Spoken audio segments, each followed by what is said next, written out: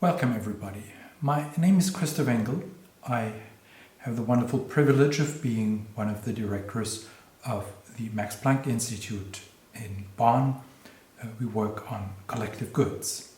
By training, I am a lawyer, and over more than a decade I've moved closer and closer to the cognitive underpinnings of legal decision making. This is also the topic that I will want to talk about today. More specifically, the topic of my quick introduction will be a very basic question, namely, what do judges do when they decide a case?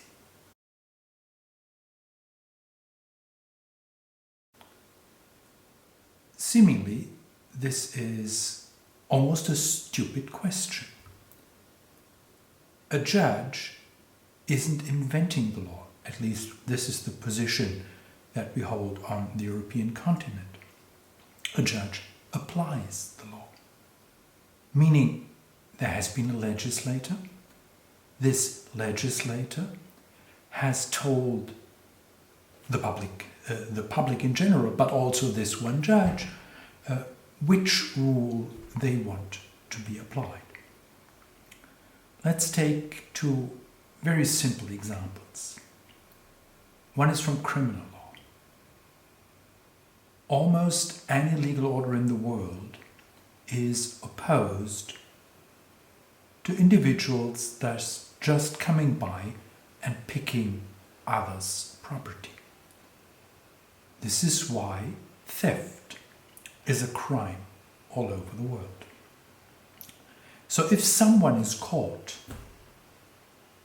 going to their neighbor, picking some of their property and just keeping it without having their consent, let alone paying anything for that, this is something the legal order doesn't want to happen and therefore wants to deter by the crime of theft. So, if you are a judge in a criminal court and a defendant is in front of you, prosecutor is laying out the case and saying Mr. X has went to her neighbor's property and has picked this or that good, then it seems to be just a mechanical exercise to say, well, this is theft and therefore my criminal code tells me this is punishable by this or that. A second example, again, as simple as it seemingly could possibly be, is from private law. More specifically from what the lawyers would call torts. Let me again use a very, very standard situation. You drive on the Autobahn. You like driving fast, as most of my German compatriots do. And you have been a little bit inattentive and haven't fast enough realized that there's a traffic jam and that maybe the car in front of you is piloted by a person who is a bit more anxious than you are, and this person brakes quite forcefully, although there would be still quite some room for slowly approaching the queue.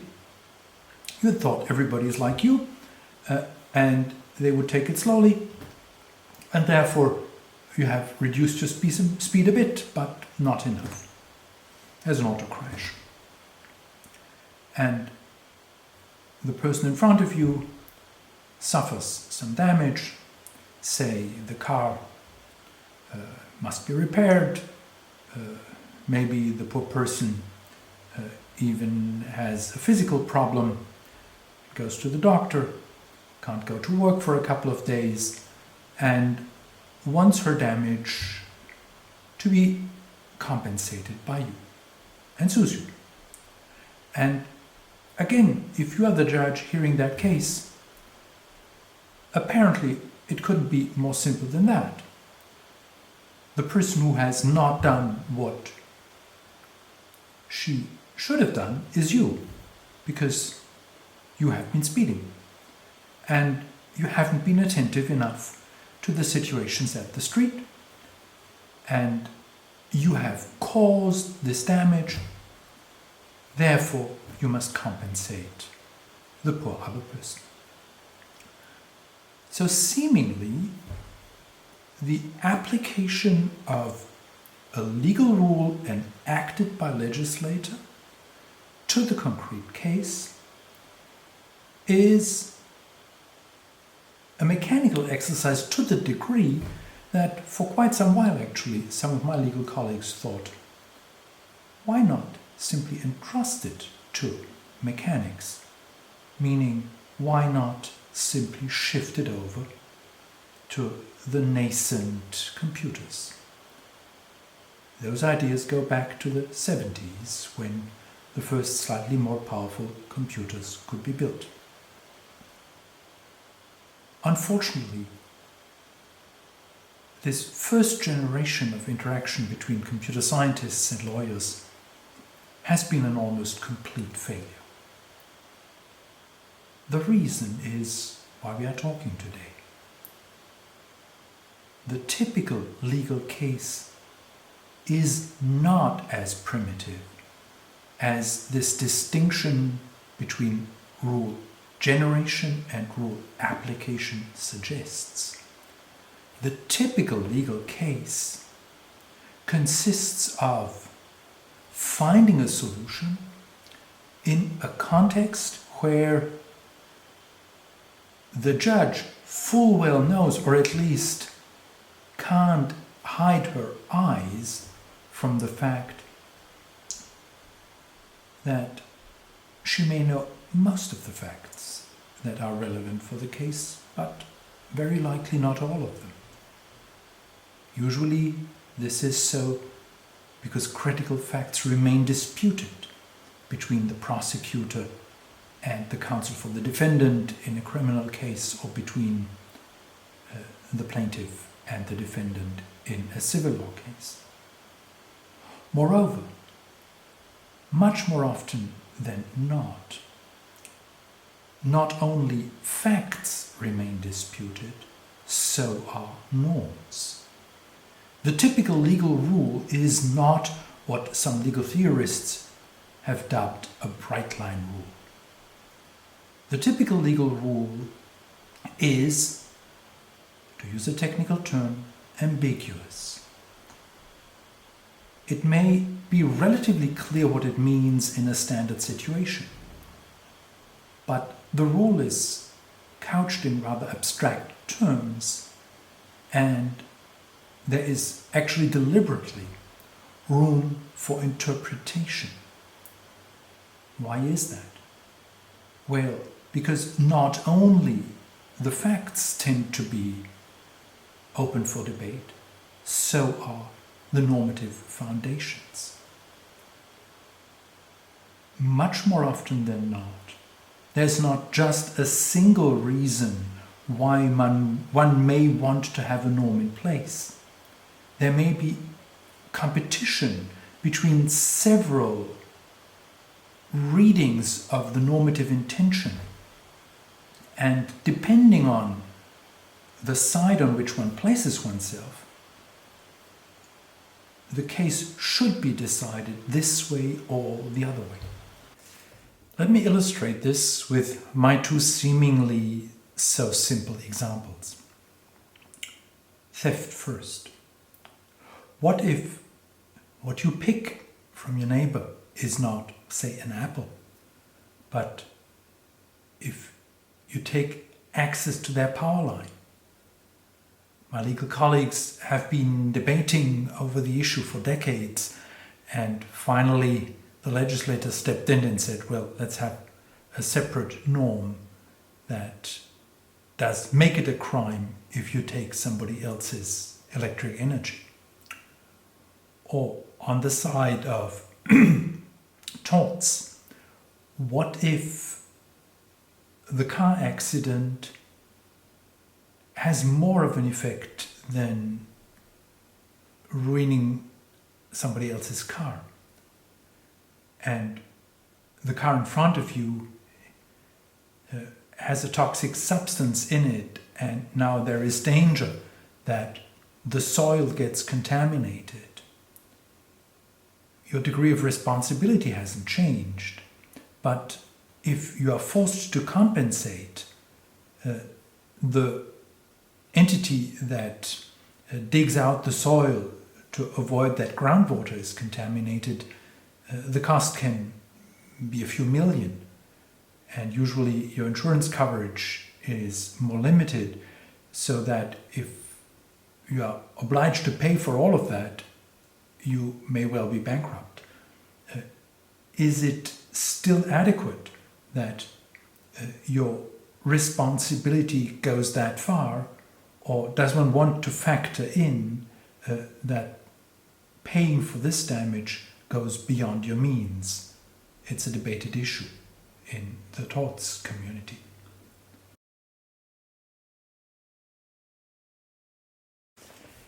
Now that you have hopefully understood why it is interesting, let me go to the empirics of legal decision making. I will quickly report on two studies that I have undertaken with former colleagues from my institute. The first looks at the factual side, and it is joint work with Andreas Glöckner, who now is a professor of social psychology at the University of Cologne, and the other is joint work with Rima Rahal, who is now a postdoc at the University of Tilburg. The latter looks at the normative side of things. Let me thus first talk about the factual side.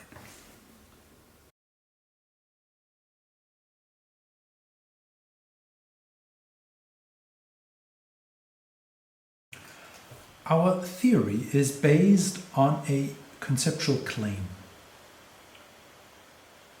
How is it possible to imagine that decision makers integrate conflicting pieces of evidence and come up with a decision that privileges one side of a dispute over the other? We argue that the mental process behind making this decision is connectionist. So we argue that there is an initial first impression about the importance of the conflicting pieces of evidence, and that the decision maker aims at forging a coherent story from what he or she has heard.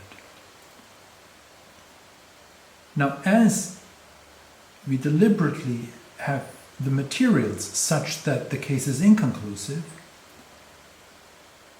this can only technically be done if, in the process of aiming at forging this coherent understanding, the evidence itself is gradually distorted. The process behind this exercise has been called parallel constrained satisfaction.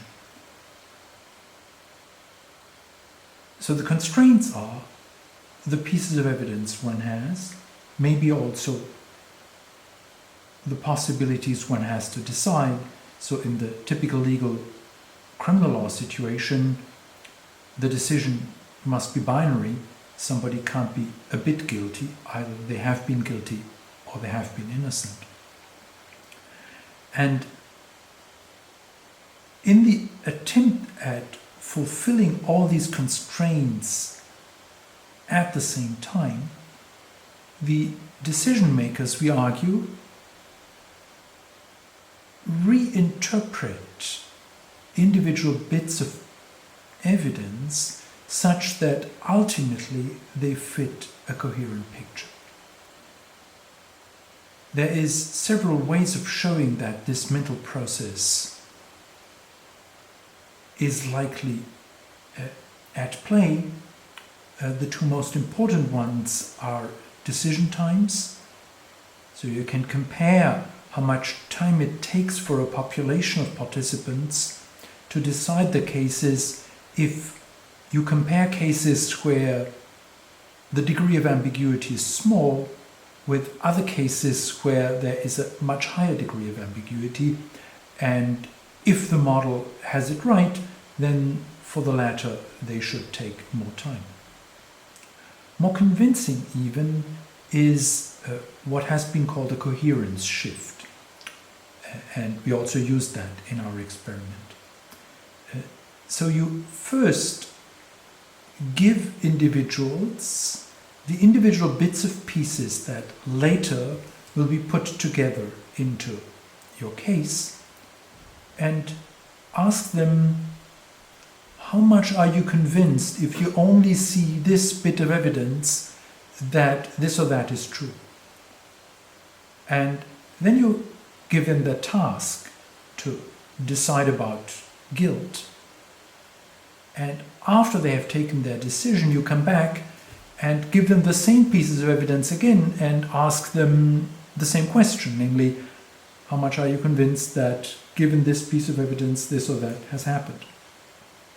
And you can then compare the assessments of the individual pieces of evidence before they knew the task and after they have taken the decision.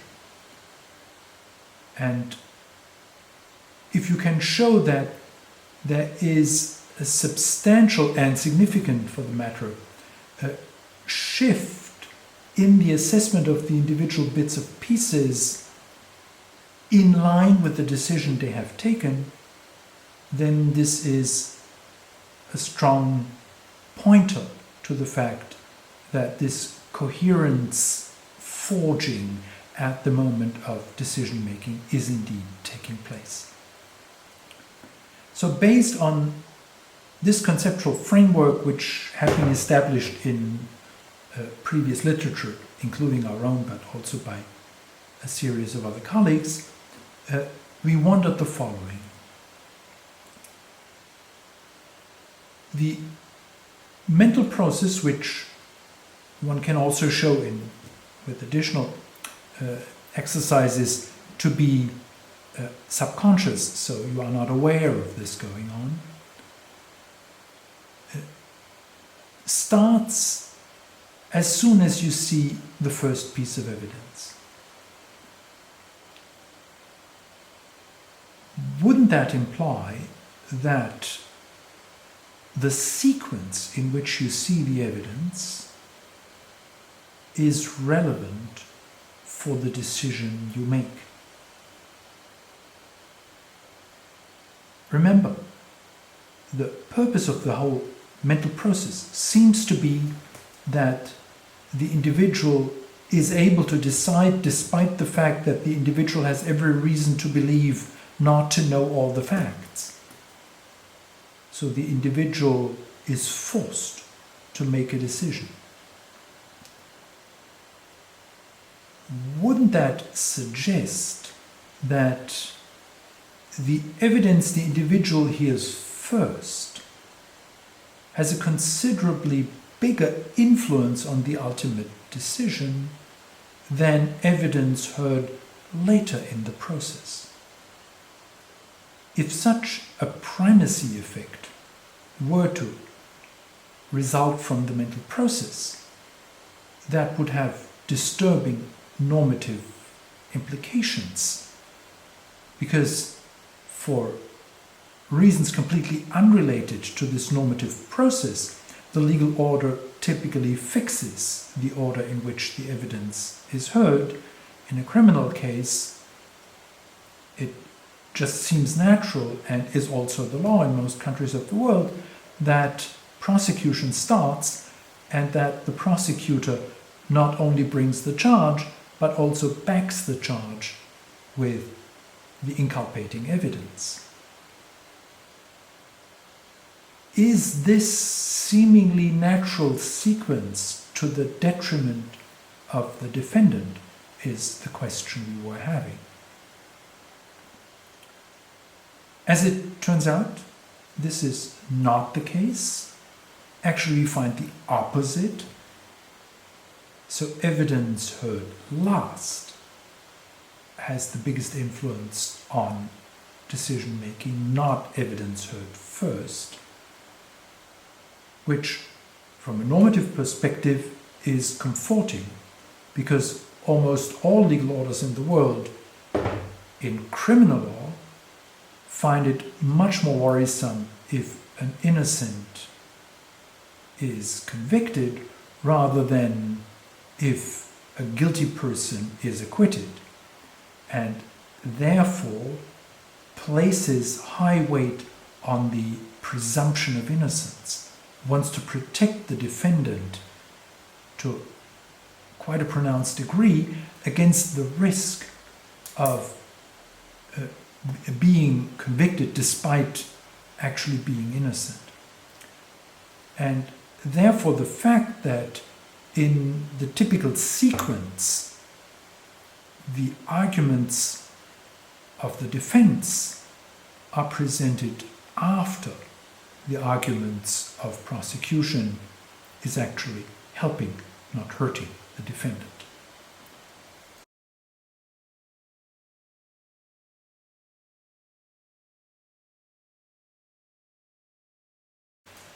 Let me now turn to the normative side of things and to joint work with Rima Raha. This is not using a criminal, but a civil law case, or more specifically, a torts situation. We are interested in understanding whether laypersons actually do balance out the competing normative concerns that one might arguably care about in such a complicated tort situation. And if they do, whether they do so in what one could call a responsible way. Now, behind this, on the theory side, is normative philosophy. Why does the legal order have torts in the first place? There's much more than one answer you could give. The most straightforward is probably A has hurt B. It's A's responsibility to make B whole. So the purpose of tort could be compensating the victim. This is a utilitarian argument, so one cares about B's utility, and this utilitarian argument is backward-looking. The infraction has happened, and the victim wants it to be restored. The law and economics literature has argued that there's nothing wrong with compensation, but one should also look at it from a forward-looking perspective. If the potential tortfeasor is a rational person, then this person should anticipate in which ways the legal order will react if she impinges on somebody else's life, limb, or property. If what she expects to happen in case she impinges is more costly than what she stands to benefit from doing it, then, so the argument goes, the rational would-be tortfeasor would refrain from impinging. So in this perspective, the purpose is not backward-looking. One isn't so much interested in the possibility that the tort has already happened, but it is forward-looking in that one wants to deter future torts. A third perspective is not utilitarian, but what the normative philosophers would call deontological. In this third perspective, the legal order cares about protected spheres. One doesn't want to live in a society where there is disrespect for the legitimate concerns of a person or of the legal order itself, for that matter. Rules should be obeyed just because the legal order told individuals that this is what they are supposed to do. Then the intervention is meant to back up the authority of the law. This is not even the complete picture, because you can split up those utilitarian forward and backward looking arguments by concerns on the side of the potential tortfeasor, concerns on the side of the potential victim, and concerns on the side of society at large. So if you draw that map, that gives you a 3x3 matrix, so 9 normative concerns you may take into consideration. I'm not claiming this list to be exhaustive, it's just a convenient way of making somebody understand that this is not unidimensional. The critical piece of thought here is that those competing normative concerns come from fundamentally different philosophical starting points. And philosophers have tried for long, but have been convinced that you can't translate one of them into the other. They are just on different grounds. In quite a few tort situations, they are not in conflict. Earlier, I talked about the car accident example, and there, from all those perspectives, you are fine with compensating the victim for all the damage the victim incurred. But I also talked about this alternative example where the potential compensation would lead to bankruptcy. So in such a situation, you have a conflict between the backward-looking idea, there is still damage and somebody has to pay for it. That would call for complete compensation. And deterrence, where anticipating that your economic life comes to an end if you ever have to pay for such a damage, will not only not deter because your life is at an end, it may even make it appealing for you to gamble, because it's essentially a limited liability situation. You can't be worse off than in bankruptcy, and therefore the legal order might be concerned that you pay less respect if the damage is so pronounced that it clearly goes beyond your means.